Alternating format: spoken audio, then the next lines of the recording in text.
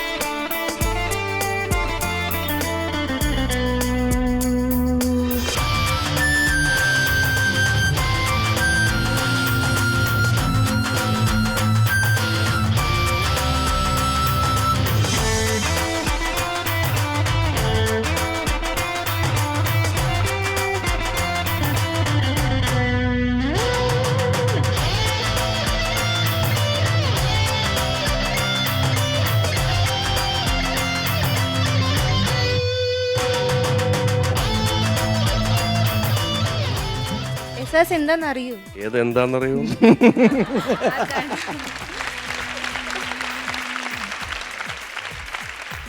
പൃഥ്വിരാജും രഞ്ജിത്തേട്ടനും. അപ്പൊ എല്ലാരും കൂടെ തുള്ളിച്ചടി പൃഥ്വിരാജാണ്, രാജേട്ടൻ വരുന്നു, രാജേട്ടൻ വരുന്നു, ഇങ്ങനെ ഭയങ്കര എക്സൈറ്റഡ് ആയിരിക്കായിരുന്നു എല്ലാവരും.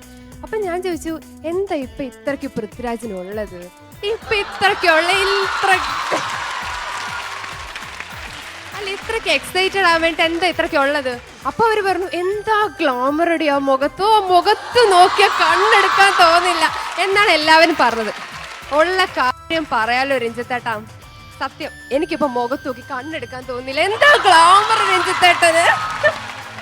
നിങ്ങൾക്കറിയാം, ഞാനും രഞ്ജിത്ത് സാറും ഒരേ നാട്ടിലെ ആൾക്കാരാ അല്ല രഞ്ജിത്തേട്ടാ? നിങ്ങളുടെ നാടേതാണ്? നമ്മള് കോഴിക്കോടാണ്. നമ്മള് കോഴിക്കോടുകാർക്ക് പരസ്പരം അങ്ങോട്ടും ഇങ്ങോട്ടും നല്ല സ്നേഹ. എന്ത് സ്നേഹ? അത് ഇങ്ങള് തെക്കർക്ക് പറഞ്ഞാ മനസ്സിലാവൂല. അത് പ്രത്യേക സ്നേഹ അല്ല രഞ്ജിത്തേട്ടാ? അതാണ് ഇപ്പം റിയൽ ലൈഫിൽ കല്യാണം കഴിച്ചൊരു വ്യക്തിയാണ് പൃഥ്വിരാജ് സാർ. ഇത് കല്യാണം കഴിച്ചുകൊണ്ട് മാത്രമാണ് സാർ എന്ന് കുട്ടി വിളിച്ചത്. ഇല്ലേ ഏട്ടാ എന്ന്. അതന്നെ. ചില ആൾക്കാർ കുറച്ച് കൂടുതൽ ഫേമസ് ആവും ആണ്. നമുക്ക് അവരെ കുറിച്ച് എന്ത് ചിലപ്പോൾ നമുക്ക് അറിയാൻ പറ്റും. ഇപ്പോൾ ഉദാഹരണത്തിന് പറയുകയാണെങ്കിൽ അമിതാഭ് ബച്ചൻ നമുക്ക് എല്ലാവർക്കും അറിയാലോ അല്ലേ? അപ്പോൾ ഞാൻ ചോദിക്കട്ടെ, ഇവിടെ എത്ര പേർക്ക് അറിയാം അമിതാഭ് ബച്ചൻ്റെ നെക്സ്റ്റ് റിലീസ് ചെയ്യാൻ പോണ ഫിലിം? അറിയോ ആർക്കെങ്കിലും? അതുപോട്ടെ, ശരി, നമ്മുടെ പൃഥ്വിരാജേട്ടൻ്റെ നെക്സ്റ്റ് റിലീസ് ചെയ്യാൻ പോണ ഫിലിം അറിയില്ല? അറിയില്ല? നമ്മുടെ സന്തോഷ് പണ്ഡിറ്റിനെ എല്ലാവർക്കും അറിയോ? ഓക്കെ, അപ്പൊ സന്തോഷ് പണ്ഡിറ്റിന്റെ നെക്സ്റ്റ് റിലീസ് ചെയ്യാൻ പോണ ഫിലിം ഏതാ അറിയോ? ഓക്കെ, അപ്പൊ ഈ സൂപ്പർ സ്റ്റാർ സന്തോഷ് പണ്ഡിറ്റ് നമുക്ക് ഇവിടെ എല്ലാവർക്കും അറിയാം.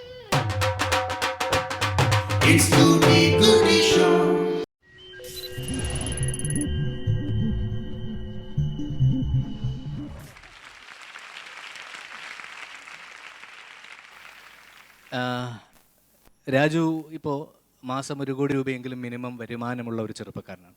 അതെ.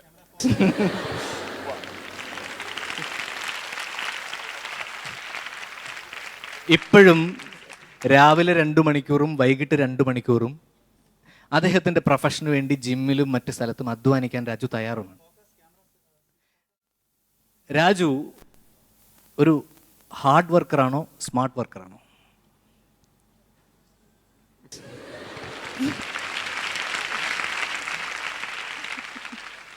പുതിയ ടെർമിനോളജിയൊക്കെയാണ് ഗോവിന്ദൻകുട്ടിയിൽ നിന്ന് വരുന്നത്. അയാളുടെ അധ്വാനശീലിയായ ചെറുപ്പക്കാരനാണ്. പിന്നെ അയാൾ തന്നെ പറഞ്ഞു, സിനിമയല്ലാതെ ഇനി അറിയാവുന്ന ഏക പണി കൂലിപ്പണിയാണ്. എന്തായാലും അങ്ങനത്തെ ഒരു അവസ്ഥ വരികയാണെങ്കിൽ ഗോവിന്ദൻകുട്ടി ഞാനൊക്കെ വെള്ളം കുടിക്കുന്നിടത്ത് ഈ ശരീരം അയാൾ രക്ഷയ്ക്കുണ്ടാവും.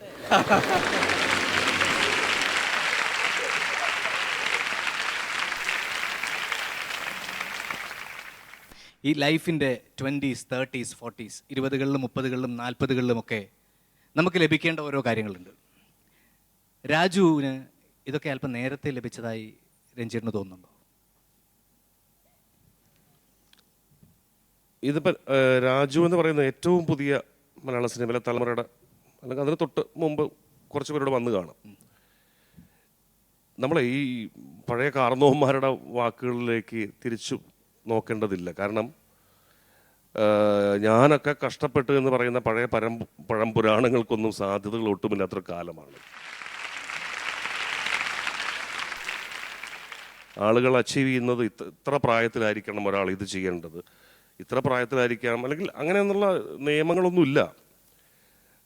സിനിമ തന്നെ നോക്കാം. നമുക്ക് സിനിമയുടെ കാര്യത്തിൽ തന്നെ ഏറ്റവും സിനിമയിലേക്ക് എൻട്രി ചെയ്യാൻ ആഗ്രഹിക്കുന്ന ആളുകൾക്ക് ഏറ്റവും ഭാഗ്യവാന്മാരാണ് ഈ തലമുറ എന്ന് ഞാൻ പറയും.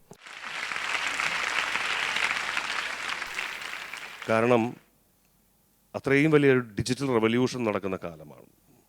ഒരാൾക്ക് അയാളുടെ കയ്യിലുള്ള മൊബൈൽ ഫോണിലെ ക്യാമറയിൽ മാത്രം ദൃശ്യങ്ങൾ ഷൂട്ട് ചെയ്ത് എഡിറ്റ് ചെയ്ത് അതിന് സംഗീതം നൽകി ഒരാളിൻ്റെ മുന്നിൽ, ഒരു ഫിലിം കമ്പനിയുടെ മുമ്പിലോ അല്ലെങ്കിൽ ഒരു ഫിലിം മേക്കറിൻ്റെ മുമ്പിലോ ഒരു ഷോറിയിൽ അല്ലെങ്കിൽ റെസ്യൂമിങ് പ്രസൻറ്റ് ചെയ്യാൻ പറ്റുന്ന കാലമാണ്.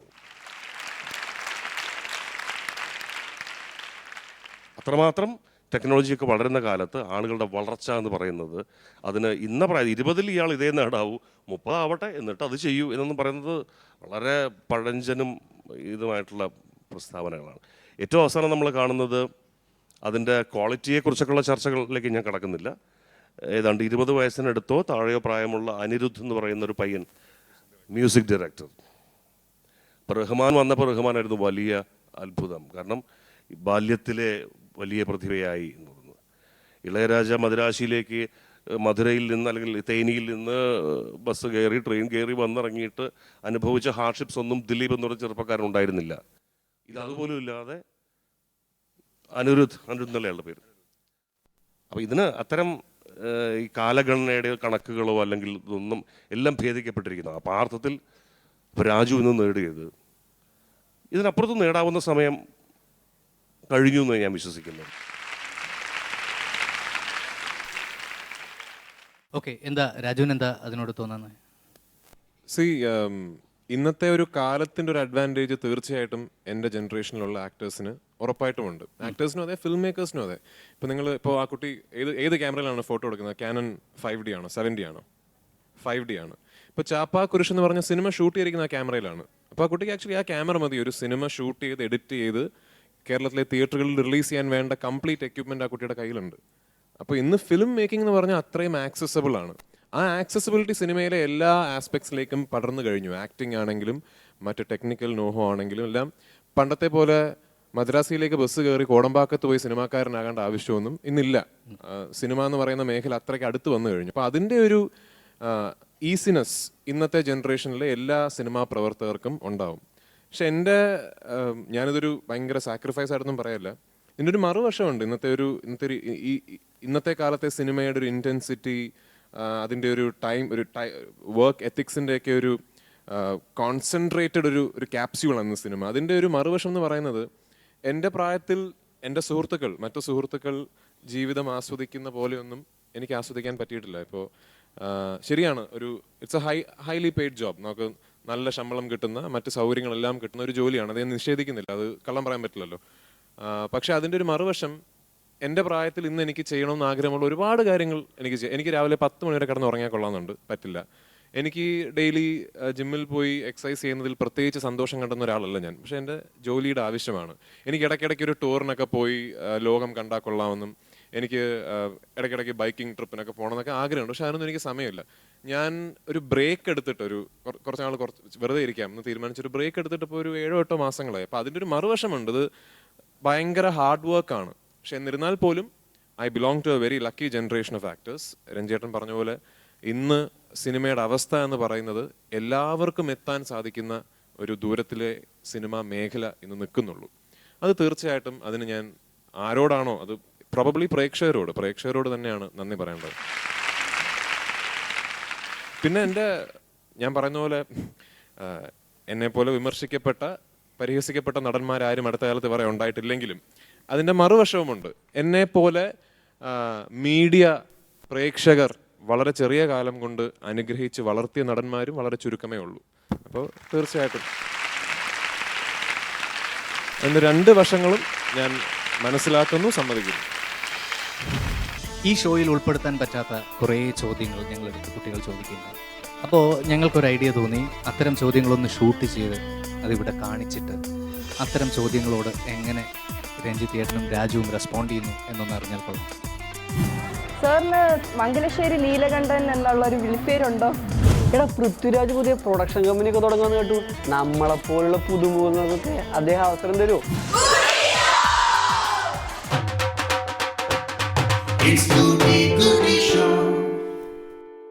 ഫെയ്ഡ് ആവാത്ത പൊടി പിടിക്കാത്ത പെയിന്റ് ഉണ്ടോ? ഇടയ്ക്കിടെ പെയിന്റ് അടിക്കാനൊന്നും വയ്യ. Yes sir. ഏയ്, ഇതിനെല്ലാത്തിനും കൂടി ഒറ്റ പെയിന്റേ ഉള്ളൂ. അതെ, പായലും പൂപ്പലും പിടിക്കാത്ത, പൊടി പിടിക്കാത്ത, വെള്ളം പിടിക്കാത്ത, നിറം മങ്ങാത്ത ഒരേയൊരു paint. National Paints Mega Shield. National paints, we color the world beautifully.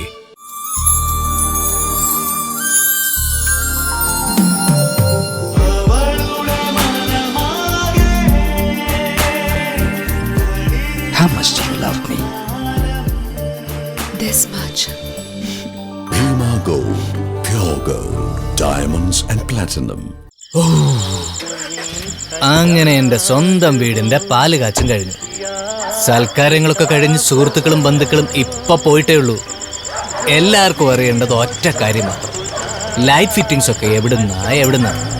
ഞാൻ പറഞ്ഞു, എല്ലാം ഇറ്റലിയിൽ നിന്ന് വരുത്തിയതാണ്. ചുമ്മാ എല്ലാം BRM ലൈറ്റ്സിൽ നിന്ന്. കയ്യിലെ കാശ് പോവാതെ international quality. BRM lights, Vazhakkala junction, Ernakulam.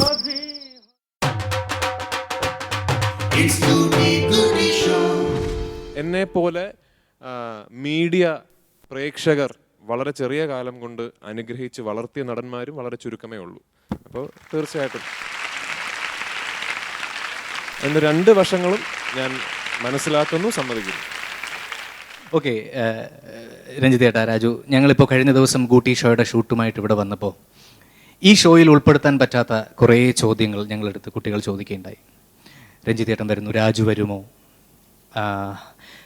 അപ്പോൾ ഞങ്ങൾക്കൊരു ഐഡിയ തോന്നി, അത്തരം ചോദ്യങ്ങളൊന്ന് ഷൂട്ട് ചെയ്ത് അതിവിടെ കാണിച്ചിട്ട് അത്തരം ചോദ്യങ്ങളോട് എങ്ങനെ രഞ്ജിത്ത് ഏട്ടനും രാജുവും റെസ്പോണ്ട് ചെയ്യുന്നു എന്നൊന്ന് അറിഞ്ഞാൽ കൊള്ളാം. അത് ഒന്ന് കാണിക്കാം. അതിനോടുള്ള പ്രതികരണവും നമ്മൾക്ക് വേണം. Honey, please.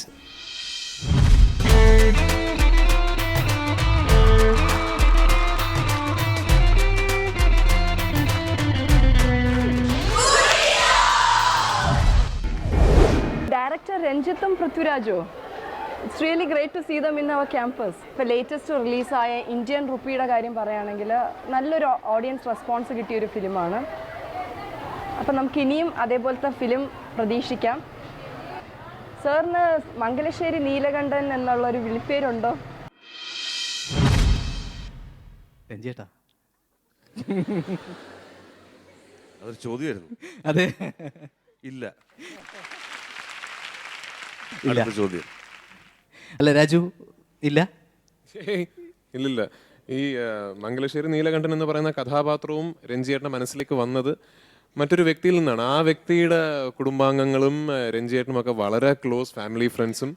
എൻ്റെ ആദ്യ സിനിമ മുതൽ ഞാനും ഇടയ്ക്കിടയ്ക്ക് കാണുകയും ഒക്കെ ചെയ്യുന്ന മുല്ലശ്ശേരി എന്ന് പറയുന്ന കോഴിക്കോട്ടിലൊരു തറവാട്ടുള്ള വളരെ അടുത്ത സുഹൃത്തുക്കളാണ്. അത് അങ്ങനെ മംഗലശ്ശേരി നീലകണ്ഠൻ എന്ന് പറഞ്ഞൊരു കഥാപാത്രം ഇല്ല, രഞ്ജിയേട്ടൻ അങ്ങനെ ഒരു വിളിപ്പേരും ഇല്ല. ഇല്ല, പക്ഷേ ആ സിനിമയിൽ അതിനേക്കാളൊക്കെ സോഫ്റ്റാണ്. പക്ഷെ ആ സിനിമയിൽ മോഹൻലാൽ രഞ്ജിയേട്ടൻ്റെ ശരീരഭാഷയാണ് ഉപയോഗിച്ചിരിക്കുന്നതെന്നൊരു സംസാരം ഉണ്ടല്ലോ, സത്യമാണ്? എനിക്ക് തോന്നുന്നു ഈ 2 വളരെ അടുത്ത സുഹൃത്തുക്കൾ തമ്മിൽ, ഇപ്പം എൻ്റെ സുഹൃത്തുക്കൾ നിങ്ങൾക്ക് പരിചയം ഉണ്ടാവില്ല, അപ്പോൾ എൻ്റെയും വളരെ അടുത്തുള്ള 1-2 ഫ്രണ്ട്സ് ഉണ്ട്. നമുക്കൊക്കെ ചില കോമൺ കാര്യങ്ങളുണ്ട്.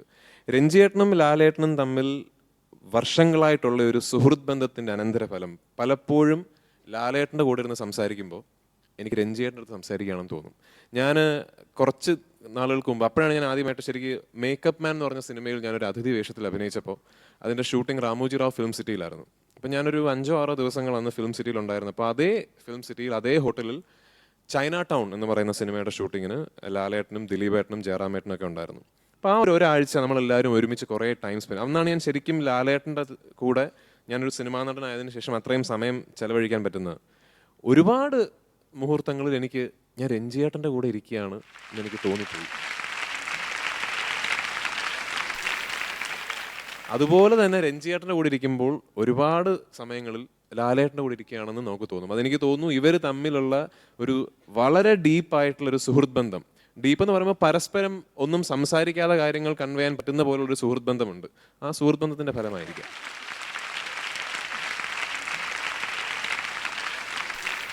അല്ലാതെ അങ്ങനെ നോക്കുകയും മുടി പിടിക്കുകയും മീശ ചുരുട്ടുകയും ഒന്നും ചെയ്യുന്ന ശീലം അങ്ങനെയുള്ള ബോഡി ലാംഗ്വേജ് ഒന്നുമില്ല ഇവർ തമ്മിൽ കോമൺ ആയിട്ട്. അത്തരം ബോഡി ലാംഗ്വേജസ് അല്ല ഞാൻ പറഞ്ഞത്. ഇത് വാക്കാൽ പറയാൻ മാത്രം എലക്വൻ്റ് അല്ല ഞാൻ. നിങ്ങൾക്ക് ഈ രണ്ട് ആൾക്കാരെയും ഇതുപോലെ മേ ബി ഇനിയൊരു സമയത്ത് ശ്രീ മോഹൻലാൽ ഈ കോളേജിൽ ഒരു ടോക്ക് ഷോയ്ക്ക് എങ്ങാനും വരികയാണെങ്കിൽ ഞാൻ ഇന്ന് പറഞ്ഞത് നിങ്ങൾ ഗൂട്ടി ഷോയ്ക്ക് വരികയാണെങ്കിൽ ഇന്ന് പറഞ്ഞത് ഓർത്ത് വെച്ചോളൂ. നിങ്ങൾക്കും അന്ന് ഒരുപാട് രഞ്ജിയേട്ടൻ്റെ ഒരുപാട് കാര്യങ്ങൾ കാണാൻ സാധിക്കുമെന്നാണ് ഞാൻ വിശ്വസിക്കുന്നത്. ഓക്കെ, അടുത്ത ചോദ്യം.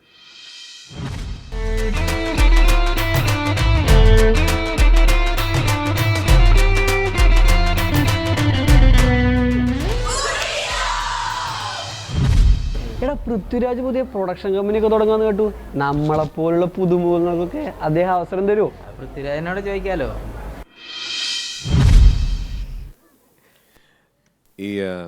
ഞാൻ നേരത്തെ പറഞ്ഞ പോലെ ഞാൻ ചെയ്ത 2 സിനിമകൾ ഭാഗ്യം കൊണ്ടും നിങ്ങളുടെ എല്ലാവരുടെയും അനുഗ്രഹം കൊണ്ടും എനിക്ക് തോന്നുന്നു മലയാളികൾ, കേരളം ഇനി മറക്കാൻ സാധ്യതയില്ലാത്ത 2 സിനിമകളായി തീർന്നു എന്നതിൽ വലിയ സന്തോഷം. ഒന്ന് ഉറുമിയും ഒന്ന് ഇന്ത്യൻ റുപ്പിയും. പക്ഷെ ഞാനങ്ങനെ ഒരു വലിയ പ്രൊഡക്ഷൻ കമ്പനിയുടെ ഉടമസ്ഥനൊന്നുമല്ല. എന്നിരുന്നാൽ പോലും ഓഗസ്റ്റ് സിനിമ പ്രൈവറ്റ് ലിമിറ്റഡ് എന്ന് പറയുന്ന കമ്പനിയുടെ ഓഫീസുകൾ എറണാകുളത്തും തിരുവനന്തപുരത്തൊക്കെ ഉണ്ട്. ആർക്കും ഒരു തിരക്കഥയോ അവരുടെ ഒരു റെസ്യൂമെയോ പോർട്ട്ഫോളിയോയോ ഈ ഓഫീസുകളിൽ പോയി സബ്മിറ്റ് ചെയ്യാവുന്നതാണ്. ഞാൻ നേരിട്ട് അത് കാണും. പിന്നെ ഒരു നടനെ തിരഞ്ഞെടുക്കാൻ മാത്രം അല്ലെങ്കിൽ ഒരു തിരക്കഥ സെലക്ട് ചെയ്യാൻ മാത്രമൊന്നും അത്ര വലിയൊരു ആളല്ല ഞാൻ. ഈ കമ്പനിയുടെ തലപ്പത്തിരിക്കുന്നത് ശരിക്കും എൻ്റെ സുഹൃത്തും എൻ്റെ മറ്റൊരു ഗുരുനാഥനും കൂടിയായ ശ്രീ സന്തോഷ് ശിവനാണ്. അദ്ദേഹത്തിൻ്റെ അഭിപ്രായങ്ങൾ, എൻ്റെ മറ്റൊരു സുഹൃത്തായ ഈ കമ്പനിയുടെ ശരിക്കും ഒരു ബാക്ക് ബോൺ എന്ന് പറയുന്ന ശ്രീ ഷാജി നടേശൻ, അദ്ദേഹത്തിൻ്റെ അഭിപ്രായങ്ങൾ, അതൊക്കെ ഇതിൽ വലിയ ഘടകങ്ങളാണ്. പക്ഷേ തീർച്ചയായിട്ടും ഞാൻ ഇതിനു മുമ്പ് ഞാൻ പറഞ്ഞിട്ടുണ്ട്, ഈ ഓഗസ്റ്റ് സിനിമ എന്ന് പറയുന്നത് പൃഥ്വിരാജ് അഭിനയിക്കുന്ന സിനിമകൾ നിർമ്മിക്കുന്ന ഒരു കമ്പനി ആകാൻ എനിക്ക് താല്പര്യമില്ല. അങ്ങനെ ആകാതിരിക്കാനാണ് എൻ്റെ ആഗ്രഹം.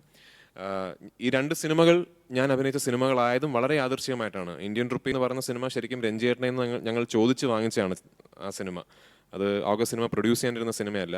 അടുത്ത ഞങ്ങൾ പ്രൊഡ്യൂസ് ചെയ്യാൻ പോകുന്ന സിനിമയിൽ ഞാനൊരു ഭാഗമായിരുന്നില്ല ആദ്യം. പിന്നീട് ഒരു തിരക്കഥ എഴുതി വന്നപ്പോഴാണ് അതിലെ വില്ലൻ കഥാപാത്രമായി അഭിനയിക്കാൻ ഞാൻ നന്നായിരിക്കും എന്നതിൻ്റെ സംവിധായകൻ പറഞ്ഞപ്പോഴാണ് ഞാൻ ആ സിനിമയിൽ അഭിനയിക്കാൻ സമ്മതിച്ചത്.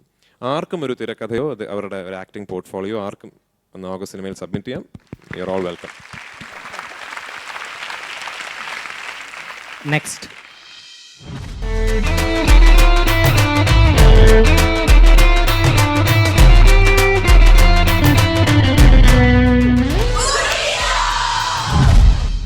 രഞ്ജിത്ത് പൃഥ്വിരാജ് ടീം മലയാളം ഫിലിം ഇൻഡസ്ട്രിയിൽ കുറേ നല്ല സിനിമകൾ സംഭാവന ചെയ്തിട്ടുണ്ട്.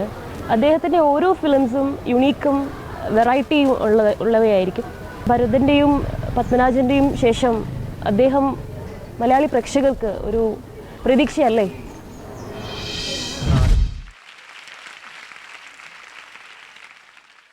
ഇത് ചോദ്യം നിങ്ങളോടാണെന്ന് തോന്നുന്നു. പ്രതീക്ഷയല്ലേ ചോദിച്ചാണ്. അല്ല, എനിക്ക് തോന്നുന്നു രഞ്ജിയേട്ടനിൽ പ്രേക്ഷകരുടെ പ്രതീക്ഷ അതിഭയങ്കരമായി കൂടുന്നു. അങ്ങനെ ഒരാളിലല്ല പ്രതീക്ഷ എന്ന് പറയുന്നത്. ഒരു വ്യക്തി എന്നുള്ളത് വിട്ടേക്കുക, ആ വ്യക്തിയുടെ അടുത്ത സിനിമയാണ് അല്ലേ? അല്ല, അതങ്ങനെ അതിൽ നിന്ന് ഒഴിഞ്ഞു മാറാൻ ഞാൻ അല്ലല്ല, അങ്ങനെ തന്നെയാണത്. കാരണം ഒരാളിൻ്റെ പേരിൽ ഒരു സിനിമ എന്നൊന്നുമില്ല.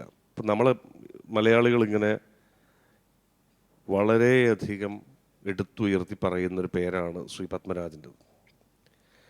അദ്ദേഹത്തിൻ്റെ ആ ഒരു പ്രൊഫഷണൽ ലൈഫ് എൻഡ് ചെയ്യുന്നതിനിടയിൽ എത്ര സിനിമകളെയാണ് പ്രേക്ഷകർ തിയേറ്ററുകളിൽ ചെന്ന് കണ്ട് വിജയിപ്പിച്ചത് എന്നുള്ള ചരിത്രമൊന്ന് ചികഞ്ഞു നോക്കിയാൽ ഇന്ന് നാവ് വളച്ചാൽ ഉടൻ പത്മരാജൻ എന്ന് പറയുന്നുണ്ട്. ജീവിച്ചിരിക്കെ അദ്ദേഹം ഈ പറയുന്ന നടപ്പ് ഈ വ്യവസ്ഥകളിൽ നിന്ന് മാറി അയാൾക്ക് ചുറ്റുമുള്ള ഫിലിം മേക്കേഴ്സ് മുഴുവൻ സോക്കോൾഡ് കൊമേഴ്സ്യൽ ഇൻഗ്രീഡിയൻസ് കുത്തി നിറച്ച പാക്കേജുകൾ ഉണ്ടാക്കി, അല്ലെങ്കിൽ അതിൻ്റെ ഒരു സാമ്പത്തിക ലാഭം നേടുന്ന കാലത്ത് തൻ്റേതായ സിനിമാ സങ്കല്പങ്ങളുമായി അതിന് സപ്പോർട്ട് ചെയ്യാൻ ഇന്നത്തെ കാലത്ത് പോലുള്ള സാറ്റലൈറ്റ് റൈറ്റോ ഒന്നുമില്ല. ഒരു നിർമ്മാതാവ് അദ്ദേഹത്തിൻ്റെ സിനിമയോടുള്ള അദ്ദേഹത്തിലെ കലാകാരനുള്ള കമ്മിറ്റ്മെൻറ്റ് കൊണ്ട് വന്നിട്ടുള്ള ചില നിർമ്മാതാക്കളുടെ സപ്പോർട്ട് കൊണ്ടുണ്ടാക്കിയിട്ടുള്ള ഇന്നും മലയാളി വേണ്ട പോലെ തിരിച്ചറിഞ്ഞിട്ടില്ലാത്ത എത്രയോ ബ്രില്യൻ സിനിമകളെ പ്രേക്ഷക സമൂഹം തിയേറ്ററുകളിൽ നിശ്ചിതമായി കൈയൊഴിയുകയാണ് ചെയ്തത്. അപ്പോൾ അതിൽ നിന്ന് മനസ്സിലാക്കേണ്ടത് മരിച്ചു കഴിഞ്ഞ ശേഷമുള്ള വാഴ്ത്തപ്പെടലല്ല, ജീവിച്ചിരിക്കെ ഒരാൾ ചെയ്യുന്ന സിനിമാ ശ്രമങ്ങളെ അതാത് കാലത്ത് തിയേറ്ററുകളിൽ പോയി കാണാനുള്ള സന്മനസ് കാണിക്കുകയാണ് വേണ്ടത്.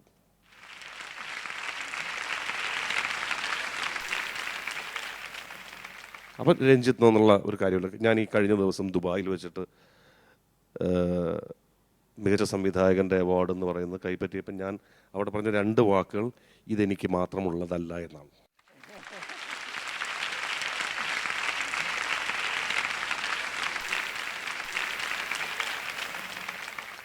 ഒരു പുതിയ ദിശാബോധത്തിലേക്ക് മലയാള സിനിമയെ നയിക്കാൻ ശ്രമങ്ങൾ നടത്തുന്ന സംവിധായകരുടെ ഒരു കുലത്തിന് വേണ്ടി അവരുടെ ഒരു പ്രതിനിധിയായി മാത്രം ഞാനത് സ്വീകരിക്കുന്നു എന്നുള്ളതാണ്. അല്ല, ഒരു വ്യക്തി എന്നുള്ളത് മറന്നേക്കുക. അല്ല, ഇപ്പം ഭരതനും പത്മരാജനും ശേഷം എന്നുള്ളൊരു ക്രെഡിറ്റ് ലൈൻ രഞ്ജിയേട്ടന് ബാധ്യതയാകുകയാണോ? അങ്ങനെ ഒരു ക്രെഡിറ്റ് ലൈനും ഇല്ല. അങ്ങനെ ഒരു വിശേഷണത്തിന് തയ്യാറാവുന്നതിന് ഞാൻ ഒരർത്ഥത്തിൽ തന്നെ സ്വീകരിക്കുകയുമില്ല. കാരണം അതൊരു ശുദ്ധ അസംബന്ധമാണ്.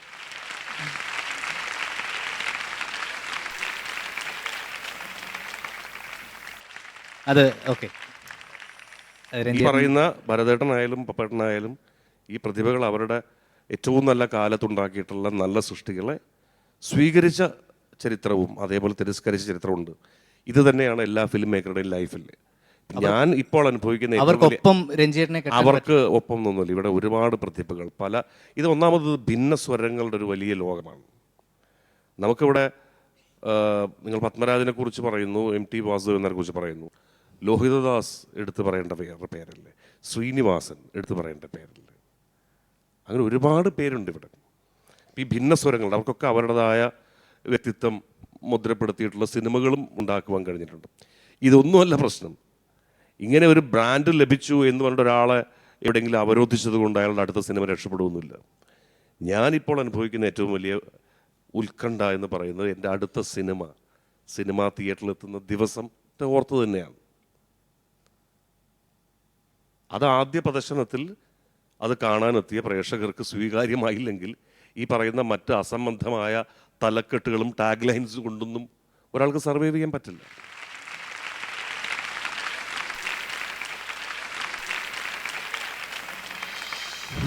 രഞ്ജിത്തിന്റെ നോട്ടവും ചില മാൻലി പൊന്നു ഗോന്നുകുട്ടി, നോട്ടത്തിന്റെ കാര്യം ഞാനും കേട്ടതാണ് കഴിഞ്ഞ 10 കൊല്ലം. നോട്ടം ഇതൊക്കെയാണോ ഒരാളെ നമ്മൾ പൃഥ്വിരാജിന്റെ നോട്ടം എന്ത് ചെയ്യാൻ പറ്റും? നമ്മൾ ഇങ്ങനെ ആയിപ്പോയി. അല്ല, രഞ്ജിത്ത് ചേട്ടൻ ഭയങ്കര മാൻലി ആയതുകൊണ്ട് അസൂയക്കാർ പറയുന്നതാണ്. അതെ,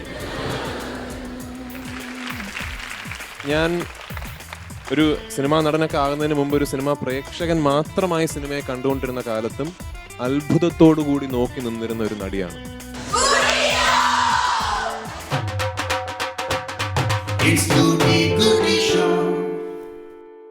ഫെയ്ഡ് ആവാത്ത പൊടി പിടിക്കാത്ത പെയിന്റ് ഉണ്ടോ? ഇടയ്ക്കിടെ പെയിന്റ് അടിക്കാനൊന്നും വയ്യ. Yes sir.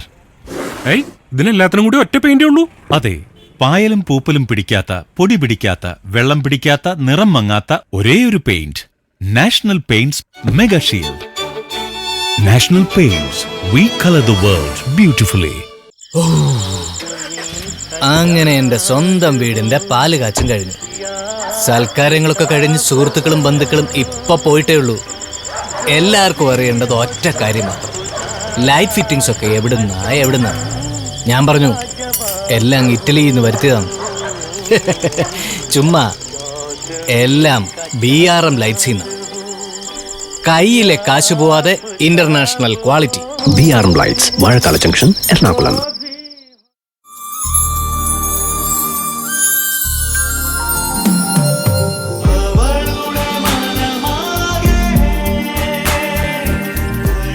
How much do you love me? This much.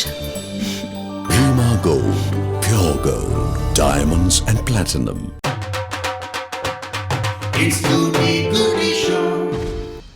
ഞാനിപ്പോൾ അനുഭവിക്കുന്ന ഏറ്റവും വലിയ ഉത്കണ്ഠ എന്ന് പറയുന്നത് എൻ്റെ അടുത്ത സിനിമ തിയേറ്ററിലെത്തുന്ന ദിവസം ഓർത്ത് തന്നെയാണ്. അത് ആദ്യ പ്രദർശനത്തിൽ അത് കാണാനെത്തിയ പ്രേക്ഷകർക്ക് സ്വീകാര്യമായില്ലെങ്കിൽ ഈ പറയുന്ന മറ്റ് അസംബന്ധമായ തലക്കെട്ടുകളും ടാഗ് ലൈൻസ് കൊണ്ടൊന്നും ഒരാൾക്ക് സർവൈവ് ചെയ്യാൻ പറ്റില്ല.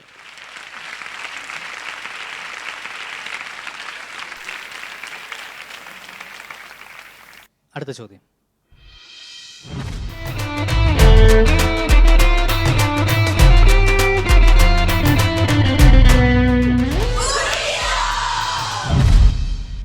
അല്ല, ഐശ്വര്യയുടെ ഒരു നായകനായിരുന്നല്ലേ നമ്മുടെ രാജു? പക്ഷെ നമ്മുടെ മഞ്ജു വാര്യരെ മിസ്സാക്കി കളഞ്ഞു പുള്ളി.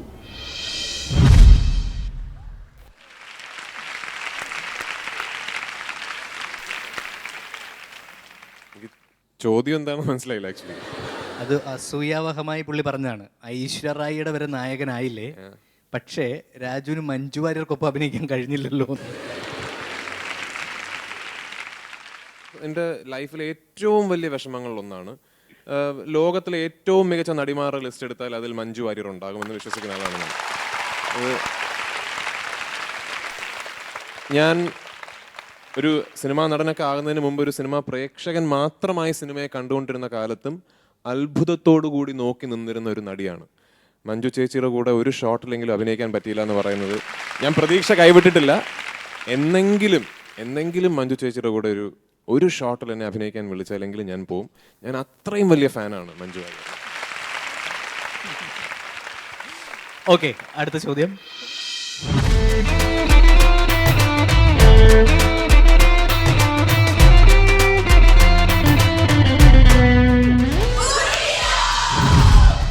ഇത്രയും ഇൻഫ്ലുവൻസ് ഉള്ള രഞ്ജിത്ത് സർ വിചാരിച്ചാൽ മലയാളം ഫിലിം ഇൻഡസ്ട്രിയെ തകർച്ചയിൽ നിന്ന് രക്ഷിക്കാൻ കഴിയില്ലേ? കഴിയില്ലേ? ഇല്ല, അത്രേ ഉള്ളൂ. ഓക്കെ, അടുത്ത ചോദ്യം.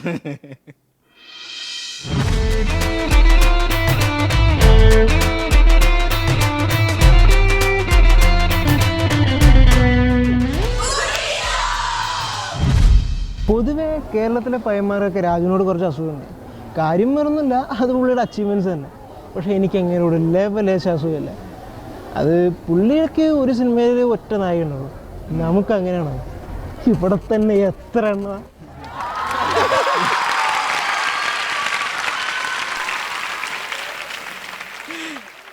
രാജുവിന് ശരിക്കും ക്യാമ്പസ് ലൈഫ് മിസ് ചെയ്യുന്നുണ്ടോ?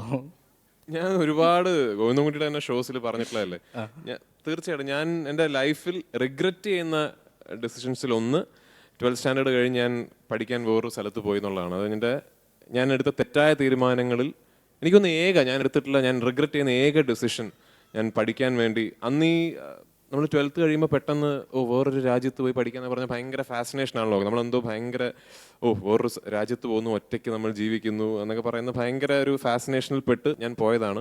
I really regret it. ഇവിടുത്തെ ഒരു 4 വർഷത്തെ കേരളത്തിലെ ക്യാമ്പസ് ജീവിതം മിസ് ചെയ്തതിൻ്റെ എല്ലാ കുഴപ്പങ്ങളും എൻ്റെ പേഴ്സണാലിറ്റിയിലുണ്ട്. ശരി, ഇനിയുണ്ടോ ഒരു ചോദ്യം? ഓക്കെ.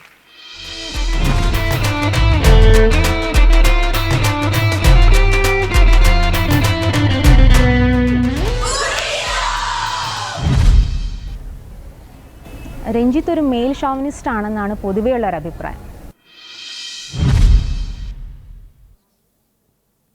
അങ്ങനെയാണ്. അല്ല, അങ്ങനെ ആകാൻ കാരണം അത് അടുത്ത ചോദ്യമാണ്. ഒരു ചോദ്യത്തിന് ഒരു ഉത്തരത്തിന് ഗോവിന്ദൻകുട്ടി തന്നെ പറഞ്ഞത്.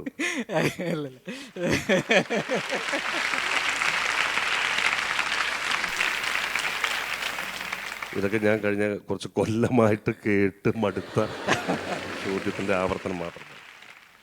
പിന്നെ ഇതിൻ്റെ വിശദാംശങ്ങളിലേക്ക് കടക്കണമെങ്കിൽ എന്താണ് ഷോവിനിസം, എന്താണ് മെയിൽ, എന്താണ് ഫീമെയിൽ എന്നൊക്കെയുള്ള കാര്യങ്ങളിലൊക്കെ വിശദമായിട്ട് നമ്മൾ ഇറങ്ങേണ്ടി വരുന്നു. അതിൻ്റെ ഒരു വിശദീകരണം നൽകുകയൊന്നും എളുപ്പമല്ല. കാരണം അത് ഞാൻ എന്താണോ അല്ലയോ എന്നുള്ളത് എന്നെ ഏറ്റവും അടുത്ത് അറിഞ്ഞിട്ടുള്ള, പരിചയപ്പെട്ടിട്ടുള്ള ആളുകൾക്ക് മാത്രമേ അതിനെക്കുറിച്ച് കമൻറ്റ് ചെയ്യാൻ പറ്റുള്ളൂ, അല്ലേ? അപ്പോൾ അല്ലാതെ ഞാൻ ഇന്നയാളാണ് എന്ന് ഞാൻ പ്രഖ്യാപിക്കുന്ന നല്ല കാര്യം. പിന്നെ നമ്മൾ അറിയാത്ത ഒരു വലിയ വിഭാഗം ജനതയുണ്ടാവും ഈ സമൂഹത്തിൽ. അപ്പോൾ അവർ പല രീതിയിലുള്ള മിഥ്യാധാരണകൾ വെച്ച് പുലർത്തുന്നുണ്ടാവാം, അല്ലെങ്കിൽ ധാരണകൾ വെച്ച് പുലർത്തുന്നുണ്ടാവാം. അതിനെ കറക്റ്റ് ചെയ്യാനൊന്നും പറ്റില്ല. അതിനൊക്കെ കറക്റ്റ് ചെയ്യപ്പെടേണ്ടതാണെങ്കിൽ ചിലപ്പോൾ നമ്മുടെ റൈറ്റ് ടൈമിൽ ഒരാളെ കണ്ടെത്തുകയും അയാൾ നമ്മളായിട്ടുള്ള ഇൻട്രാക്ഷനിൽ അത് തിരിച്ചറിയുകയും ചെയ്യും. ഏറ്റവും അവസാനം എൻ്റെ ജീവിതത്തിൻ്റെ അനുഭവം, ഞാൻ ഈ പൂനെ യാത്രയിൽ സന്താനം എന്ന് പറയും, സന്താനം NFDCയിൽ ഉദ്യോഗസ്ഥനായിരുന്നു. അയാൾ ഇന്ത്യയിൽ ഇന്ന് നടക്കുന്ന മേജർ ഫിലിം ഫെസ്റ്റിവൽസിൻ്റെ മുഴുവൻ പ്രോഗ്രാമറാണ്. ഞാനും സന്താനവും ഒരു രാത്രിയിൽ ഒരു അത്താഴ വിരുന്ന് കഴിഞ്ഞിട്ട് സംസാരിച്ചപ്പോൾ സന്താനം പറഞ്ഞത് ഒരുപാട് കഥകൾ നിങ്ങളെക്കുറിച്ച് കേട്ടിരുന്നു. എനിക്ക് ഇപ്പോൾ ഭയങ്കരമായ കുറ്റബോധം തോന്നുന്നു, ഞാനത് വിശ്വസിച്ചല്ലോ എന്ന് ഓർത്തിട്ടെന്ന് പറഞ്ഞു. കാരണം അത് അങ്ങനെ ഒരു മൊമെൻ്റ് ചിലപ്പോൾ ഈ കാലത്തിൻ്റെ പുസ്തകത്തിലുള്ളത് കൊണ്ടാണ്. സന്താനം അത് തിരുത്തപ്പെടേണ്ടതാണ് എന്നുള്ളത് കൊണ്ട് മാത്രമാണ് ഞങ്ങൾ തമ്മിൽ ആ മീറ്റിംഗ് ഉണ്ടായത്. ഈ ചോദിച്ച ആളും ഞാനും തമ്മിൽ കണ്ടുമുട്ടേണ്ട ഒരവസരം ഉണ്ടാവുകയാണെങ്കിൽ, അല്ലെങ്കിൽ ഇൻട്രാക്ട് ചെയ്യാനുള്ള അവസരം ഉണ്ടാവുകയാണെങ്കിൽ ആ ചോദ്യകർത്താവിനും ഇത് ബോധ്യപ്പെടാവുന്നേ ഉള്ളൂ.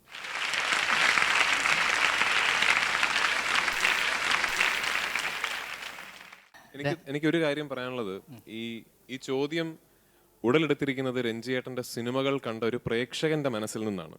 പക്ഷെ ഇത് രഞ്ജിയേട്ടൻ്റെ സിനിമകൾ ഈ ചോദ്യം ചോദിച്ച പ്രേക്ഷകനിലെ ഒരു ഷോവനിസ്റ്റാണ് ഈ ചോദ്യം ഉണ്ടാക്കിയിരിക്കുന്നത്. കാരണം ദേവാസുരത്തിൽ മംഗലശ്ശേരി നീലകണ്ഠനെ മാത്രമേ അവർ കണ്ടിട്ടുള്ളൂ. മംഗലശ്ശേരി നീലകണ്ഠൻ കൈകൂപ്പി നിൽക്കേണ്ടി വരുന്ന നായികനെ കണ്ടില്ലേ? എന്തൊരു ശക്തമായ സ്ത്രീ കഥാപാത്രമാണത്. ആറാം തമ്പുരാനിൽ ലാലേട്ടൻ ചെയ്ത കഥാപാത്രത്തിനെ സ്നേഹം കൊണ്ട് കീഴടക്കുന്ന മഞ്ജു ചേച്ചി അവർ കണ്ടില്ലേ? സ്വന്തം ഭാര്യയെ ഔദ്യോഗിക ജീവിതത്തിന് വേണ്ടി എവിടെയോ തഴഞ്ഞു കളഞ്ഞ ഒരു സൂപ്പർ താരം ഒടുവിൽ അയാളുടെ അർത്ഥശൂന്യത തിരിച്ചറിയുന്ന തിരക്കഥയിലെ പ്രിയാമണിയെ കണ്ടില്ലേ? ഇതൊക്കെ ഈ പറയുന്ന പോലെ വളരെ നാരോ മൈൻഡഡ് ആയിട്ട് സിനിമയെ കണ്ടിട്ടൊരു ചോദ്യം ചോദിക്കുന്ന പോലെ എനിക്ക് തോന്നുന്നു മലയാള സിനിമയിൽ കഴിഞ്ഞ 15 വർഷങ്ങൾക്കിടയിൽ ഏറ്റവും കൂടുതൽ സ്ക്രീനിൽ സ്ത്രീയെ ബഹുമാനിച്ചിട്ടുള്ള തിരക്കഥാകൃത്ത് ശ്രീ രഞ്ജിത്താണ്. ഫെമിനിസ്റ്റ് ഞാൻ തന്നെയാണ്. അദ്ദേഹം സത്യത്തിൽ ഒരു ഫെമിനിസ്റ്റ് ആണോ എന്ന് ഞാൻ സംശയിക്കുന്നു. നന്ദനം ഒരു സ്ത്രീയുടെ തീർച്ചയായിട്ടും. നന്ദനം എന്ന് പറയുന്ന എൻ്റെ ആദ്യത്തെ സിനിമയിൽ ഒരു കൂട്ടം ആൾക്കാരെ, ഒരു എവിടെയോ ആഠിത്യവും ആധിപത്യവും വന്ന് സ്വന്തം ജഡ്ജ്മെന്റുകൾ നഷ്ടപ്പെട്ടു തുടങ്ങിയ ഒരു കുടുംബത്തിനെ മുഴുവൻ തിരിച്ചറിവ് നൽകുന്ന ഒരു വേലക്കാരി പെൺകുട്ടിയാണ് ആ സിനിമയിലെ കേന്ദ്ര കഥാപാത്രം. ഇതൊക്കെ മറന്നിട്ട് രഞ്ജിത്ത് ഒരു മെയിൽ ഷോവനിസ്റ്റ് അല്ലേ?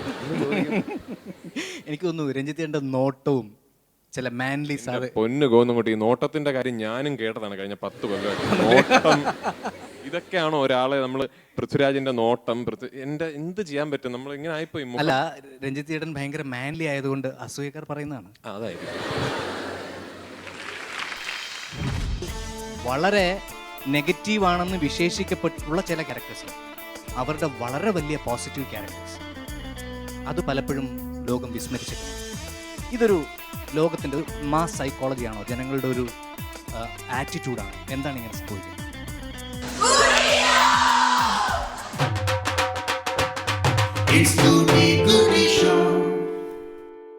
ഫെയ്ഡ് ആവാത്ത പൊടി പിടിക്കാത്ത പെയിന്റ് ഉണ്ടോ? ഇടയ്ക്കിടെ പെയിന്റ് അടിക്കാനൊന്നും വയ്യ. Yes sir. ഇതിനെല്ലാത്തിനും കൂടി ഒറ്റ പെയിന്റേ ഉള്ളൂ. അതെ, പായലും പൂപ്പലും പിടിക്കാത്ത, പൊടി പിടിക്കാത്ത, വെള്ളം പിടിക്കാത്ത, നിറം മങ്ങാത്ത ഒരേയൊരു paint. National Paints Mega Shield. National Paints, we colour the world beautifully. അങ്ങനെ എൻ്റെ സ്വന്തം വീടിന്റെ പാല് കാച്ചും കഴിഞ്ഞു. സൽക്കാരങ്ങളൊക്കെ കഴിഞ്ഞ് സുഹൃത്തുക്കളും ബന്ധുക്കളും ഇപ്പൊ പോയിട്ടേ ഉള്ളൂ. എല്ലാവർക്കും അറിയേണ്ടത് ഒറ്റ കാര്യം മാത്രം, ലൈറ്റ് ഫിറ്റിംഗ്സ് ഒക്കെ എവിടുന്നാ. ഞാൻ പറഞ്ഞു എല്ലാം ഇറ്റലിയിൽ നിന്ന് വരുത്തിയതാണ്.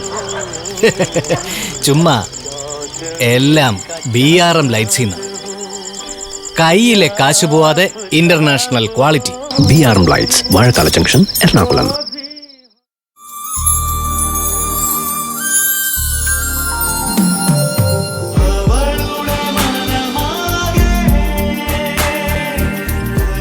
How much do you love me?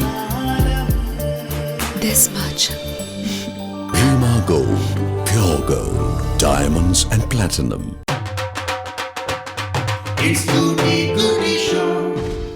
എനിക്ക് തോന്നുന്നു രഞ്ജിത്തിന്റെ നോട്ടവും ചില മാൻലി സാറ് പൊന്നു ഗോന്നുകുട്ടി, ഈ നോട്ടത്തിന്റെ കാര്യം ഞാനും കേട്ടതാണ് കഴിഞ്ഞ 10 കൊല്ലമായിട്ട്. നോട്ടം ഇതൊക്കെയാണോ ഒരാളെ നമ്മൾ പൃഥ്വിരാജിന്റെ നോട്ടം എന്റെ എന്ത് ചെയ്യാൻ പറ്റും? നമ്മൾ ഇങ്ങനെ ആയിപ്പോയി. അല്ല, രഞ്ജിത്ത് ചേട്ടൻ ഭയങ്കര മാൻലി ആയതുകൊണ്ട് അസൂയക്കാർ പറയുന്നതാണ്. അതായിരിക്കും.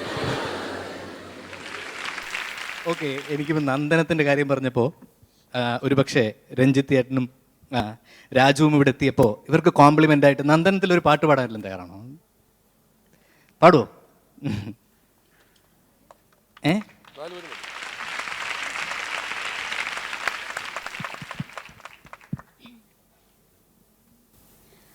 കാർമുകിൽ വന്നെൻ്റെ ചുണ്ടിൽ ചേരുമൂടക്കുഴലിൻ്റെ ഉള്ളിൽ വീണുറങ്ങുന്നൊരു ശ്രീരാഗമേ നിന്നെ പുൽകിയുണർത്താൻ മറന്നു കണ്ണൻ. കാർമുകിൽ വന്നെൻ്റെ ചുണ്ടിൽ.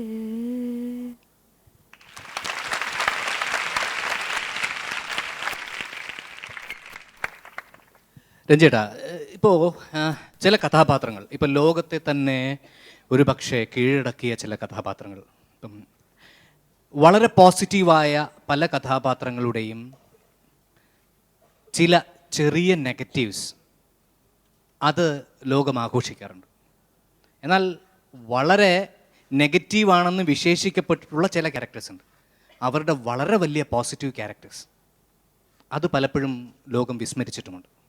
ഇതൊരു ലോകത്തിൻ്റെ ഒരു മാസ് സൈക്കോളജിയാണോ, ജനങ്ങളുടെ ഒരു ആറ്റിറ്റ്യൂഡാണോ, എന്താണ് ഇങ്ങനെ സംഭവിക്കുന്നത്? സോറി, എനിക്ക് ക്ലിയർ ആയില്ല. അതായത് വളരെ ഫേമസ് ആയ ഒരുപാട് നന്മകൾ ചെയ്തിട്ടുള്ള ചില ആൾക്കാരുടെ 1-2 തിന്മകൾ ജനം വിശേഷിപ്പിക്കാം. എന്നാൽ കൊള്ളരുതാത്തവൻ, തിന്മ ചെയ്തവൻ എന്നൊക്കെ വിശേഷിപ്പിക്കപ്പെട്ടിട്ടുള്ള പലരുടെയും വലിയ നന്മകൾ ലോകം മറന്നിട്ടുമുണ്ട്. എന്താണിത്? ജനങ്ങളുടെ ഒരു ബ്രെയിനിൻ്റെ സ്വഭാവമാണോ? എന്തുകൊണ്ടാണ് ഇങ്ങനെ സംഭവിക്കുന്നത്? ഇത് വളരെ ആപേക്ഷികമായിട്ടുള്ള കാര്യമാണ് അല്ലേ?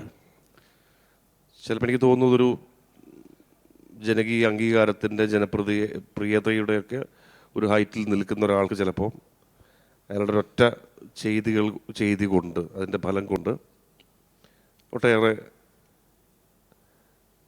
അല്ലേ അത് അനുഭവിക്കേണ്ടി വന്നിട്ടുണ്ട്. പിന്നെ ഒന്നുകൂടി ചോദിച്ചാൽ മറ്റേ കാര്യമെന്ന് പറയുന്നത് ഒരുപാട് ഇകഴ്ത്തപ്പെട്ട ഒരാൾ ചെയ്ത ഒരു നന്മയിലൂടെ അല്ല, ചിലപ്പോൾ ഒരു മോശക്കാരൻ മുദ്ര ഇപ്പം പണ്ട് മുതലേ, പുരാണം മുതലേ അങ്ങനെ ചിത്രീകരിക്കപ്പെട്ടിട്ടുള്ള ഇപ്പം രാവണൻ്റെ നന്മകൾ പ്രകീർത്തിക്കപ്പെട്ടിട്ടില്ല. അങ്ങനെ കുറേ കഥാപാത്രങ്ങളെ നമുക്ക് എടുക്കാൻ കഴിയും. എന്നാൽ വളരെ വലിയ ഇപ്പം മഹാത്മജി പോലെയുള്ള വലിയ കഥാപാത്രങ്ങളുണ്ട്. പക്ഷേ അവരുടെ 1-2 നന്മകൾ തിന്മകൾ പ്രേക്ഷകർക്ക് മുഴുവൻ അറിയാം. അതെന്തുകൊണ്ടാണ്? അത് ഒരു ഹ്യൂമൻ ബ്രെയിനിൻ്റെ പ്രശ്നമാണോ? അല്ല, അത് സ്വാഭാവികമായി മനുഷ്യ സഹജമായ ഒരു താല്പര്യത്തിൻ്റെ പ്രശ്നം കൂടിയാണ്. വളരെ നിസ്സാരമായ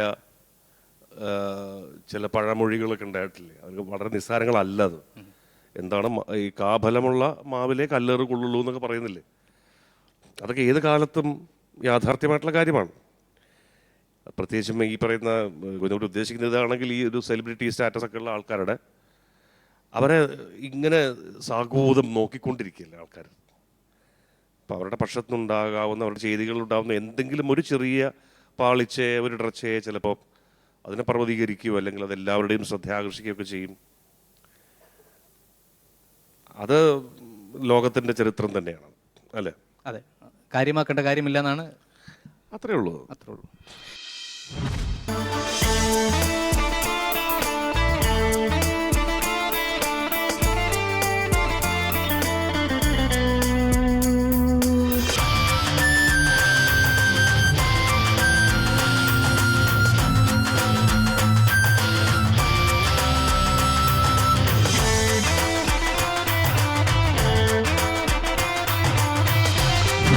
ആദ്യം ഇഷ്ടം തോന്നിയ പെൺകുട്ടി എന്നൊക്കെ ചോദിച്ചാൽ 5-ാം വയസ്സിൽ കണ്ട ഇന്ന പെൺകുട്ടി ഞാൻ പറഞ്ഞാണ്.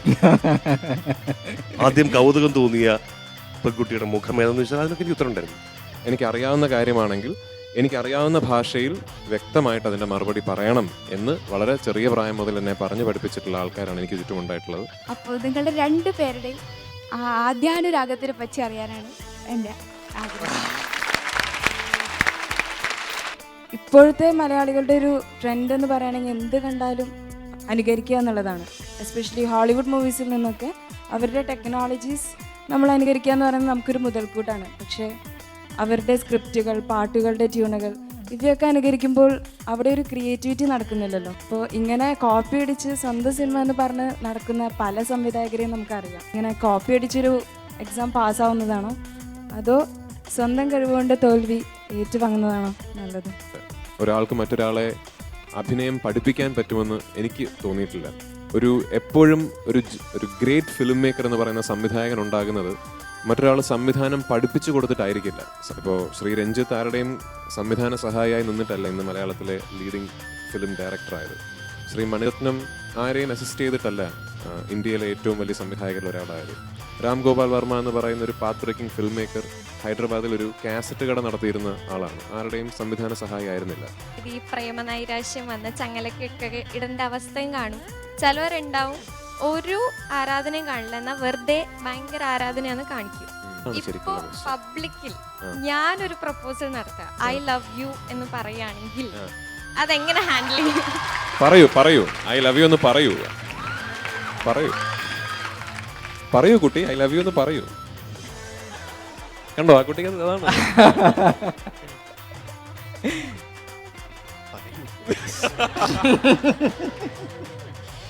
കോളേജിൻ്റെ മാനം കളയരുത്. തമിഴ്നാട്ടിൽ നമ്മൾ കണ്ടുവരുന്ന ഒരു ശീലമുണ്ട്.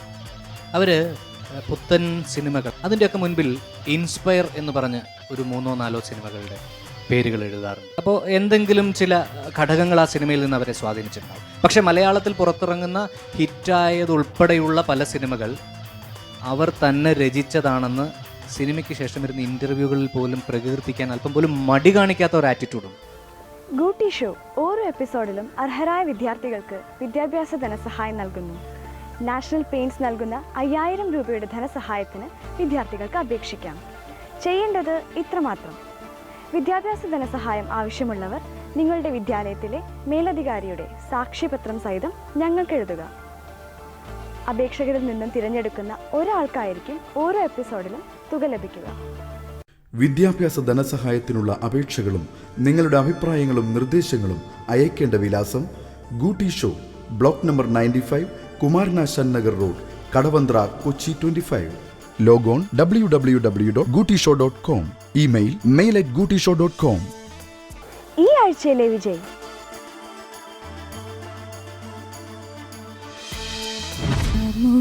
വന്നെൻ്റെ ചുണ്ടിൽ ചേരുമൂടക്കുഴലിൻ്റെ ഉള്ളിൽ വീണുറങ്ങുന്നൊരു ശ്രീരാഗമേ നിന്നെ പുൽകിയുണർത്താൻ മറന്നു കണ്ണൻ. കാർമുകിൽ വന്നെൻ്റെ ചുണ്ടിൽ.